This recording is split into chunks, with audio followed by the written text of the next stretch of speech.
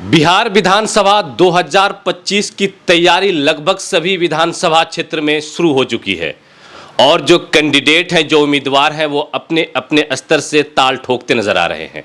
हमारे साथ एक युवा साथी, दुनिया इन्हें विक्रम कुमार मंडल कहती है और ये हैं बिहार के भागलपुर लोकसभा क्षेत्र का एक विधानसभा है, कहलगांव विधानसभा क्षेत्र।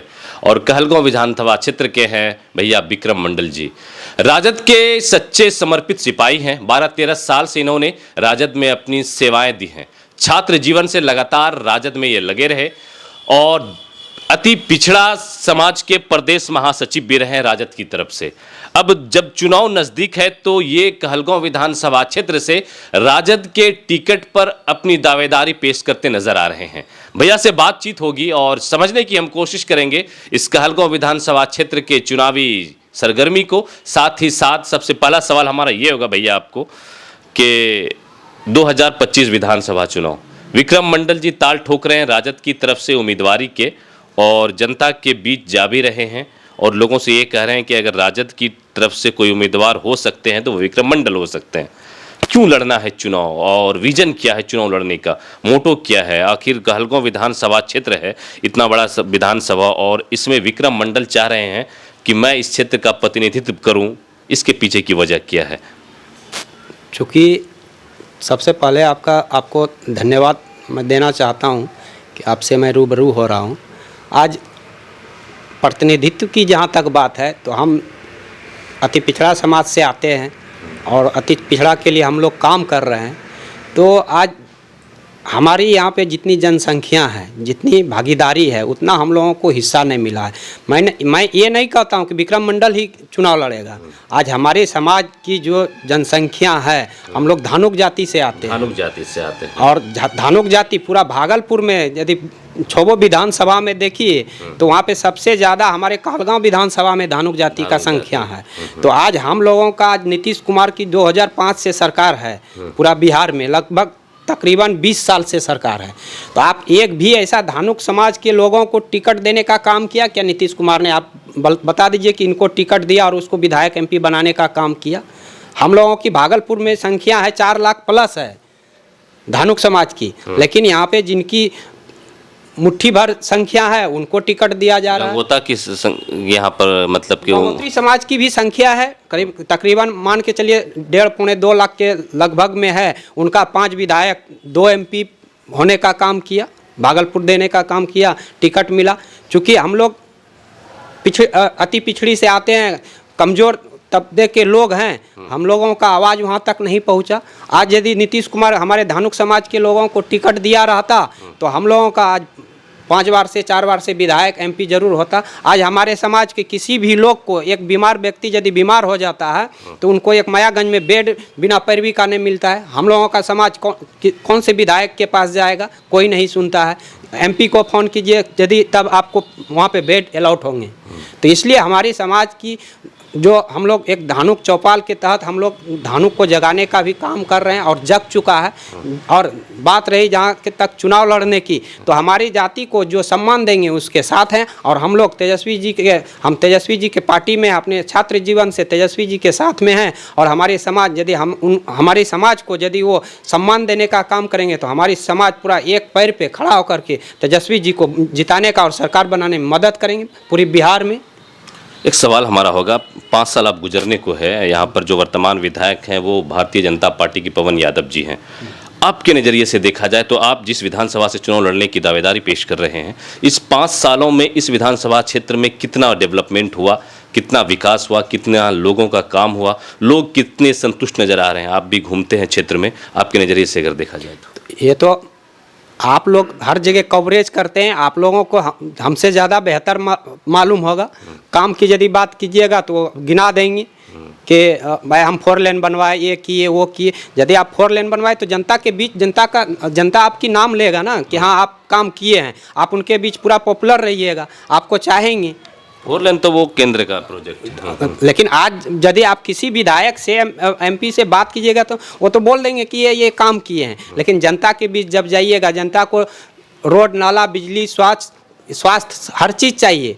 लेकिन आज यदि वर्तमान विधायक है तो मैं आज क्षमा मांगते हुए विधायक जी से कहना चाहूँगा कि आप, हम क्षेत्र घूम रहे हैं, हर एक आदमी का गांव, ग्राम, मोहल्ला, हर एक जगह कहना है कि विधायक जी फ़ोन नहीं उठा रहे हैं, हमारी बात नहीं पहुंच रहा, हमारा बीमार हो गया है, कोई एक्सीडेंट हो गया, पुलिस मोटरसाइकिल पकड़ लिया। आज उस समय जो युवा साथी लोग उनके साथ थे वो आज कहीं जा रहे हैं, चौक चौराहे पे हर एक जगह पे पुलिस चेकिंग है, बाइक पकड़ लेते हैं, उसको फ़ोन करते हैं तो फ़ोन नहीं उठाता है, उनको 1500 रुपया लग जाते हैं गरीब गुरबा को। तो इस तरह से समाज में पूरा असंतुष्ट है। और भाजपा की जहाँ तक बात रहा, वो तो उनका झूठ बोल के सत्ता में आने का काम किया है। मोदी जी ने तो उस समय बोला था कि हम 2 करोड़ रोजगार युवाओं को देंगे, हर एक खाते में 15 से 20 लाख रुपया खाते में देंगे। तो उनको सत्ता में आ गया झूठ बोल करके, तो वो तो झूठ बोलने का काम भाजपा सरकार की शुरू से रहा। आपकी सरकार अगर बनती है, तेजस्वी यादव की एक बार बिहार में लहर, लोग कह रहे हैं कि इस बार कुछ तब्दीली दिखेगी। आपकी सरकार बनती, तेजस्वी यादव ने कहा कि हम माई बहन सम्मान योजना लाएंगे, फिर जाकर के बिजली का बिल माफ़ करेंगे 200 यूनिट के बाद जो है उसके बाद ही पैसा लगेगा। तो ये सब चीज़ों से क्या लगता है कि लोगों के ऊपर असर पड़ने वाला है, लोग बदलाव के मूड में नज़र आ रहे हैं? आप अपने नज़रिए से कहें। देखिए, आपने जब बीच में हमारी सरकार 17 महीना के लिए बना था तो तेजस्वी जी ने 2020 में घोषणा किया था कि हमारी सरकार जब बनेगी तो हम पहली कलम से पहला मीटिंग में 10 लाख युवाओं को नौकरी देंगे।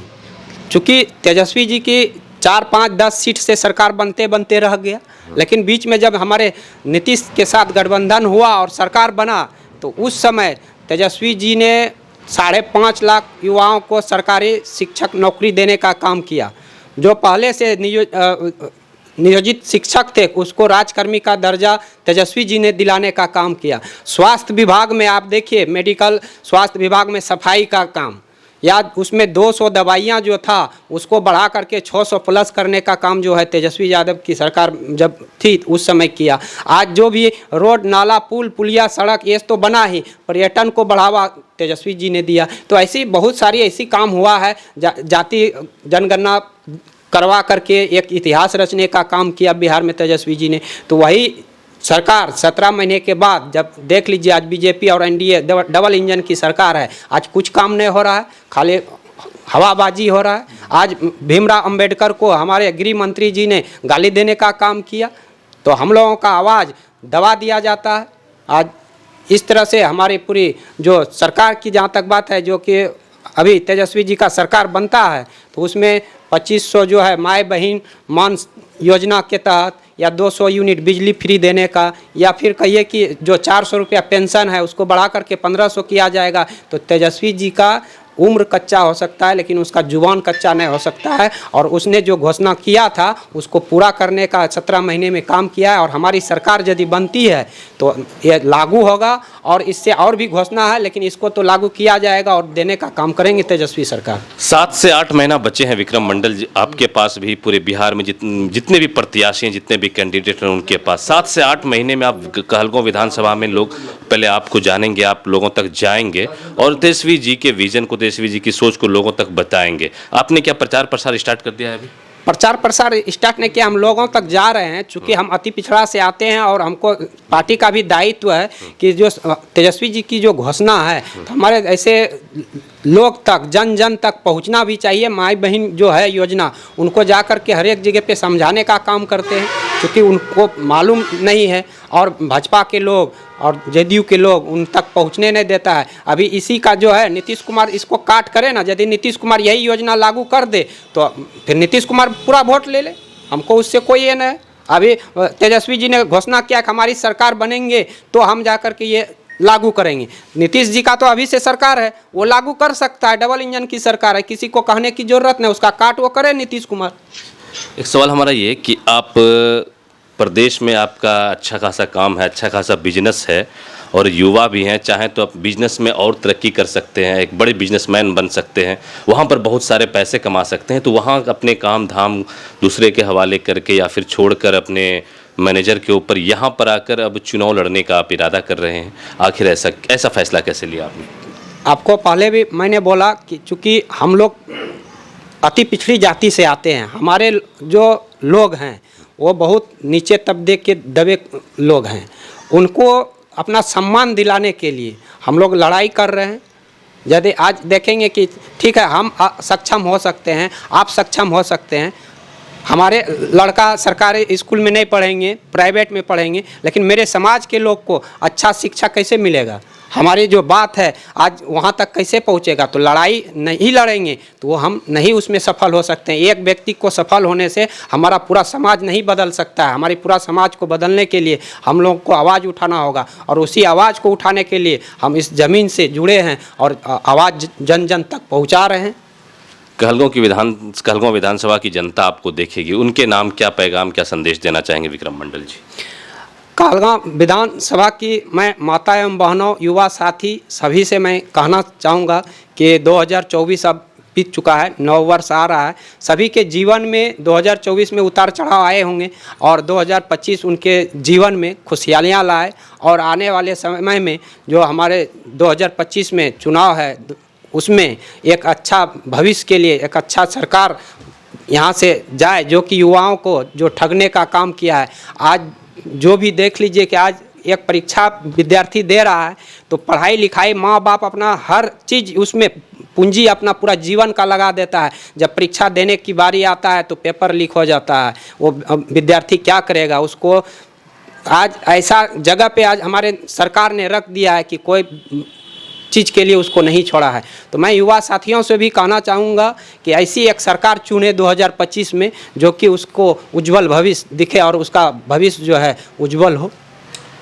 तो ये थे विक्रम मंडल जी, जिन्होंने दावेदारी पेश की है आरजेडी के टिकट पर चुनाव लड़ने के लिए कहलगांव विधानसभा क्षेत्र से। अब इनकी दावेदारी में कितना दम है, पार्टी इनके इस दावेदारी को कैसे लेती है, हाथों हाथ लेती है, इन्हें टिकट देती है, ये तो आने वाले भविष्य में छिपी हुई एक बात है। लेकिन इनका विज़न, इनका सोच ये बता रहे थे कि मैं चुनावी मैदान में क्यों आया हूँ, मैं चुनाव क्यों लड़ना चाहता हूँ और हमारी सोच क्या है, हमारी अपने बिरादरी को लेकर या क्या सोच रहे हैं, ये सारी बातें इन्होंने कही है। वीडियो आपको कैसा लगा कमेंट सेक्शन में ज़रूर बता दीजिएगा, और विक्रम जी की बातों से आप कितना संतुष्ट हैं ये भी आप कमेंट दर्ज करके हमें बता सकते हैं। आप देख रहे थे हमारे साथ उजागर मीडिया, मैं आपका दोस्त अबुल्ला श्रीरम। जय हिंद।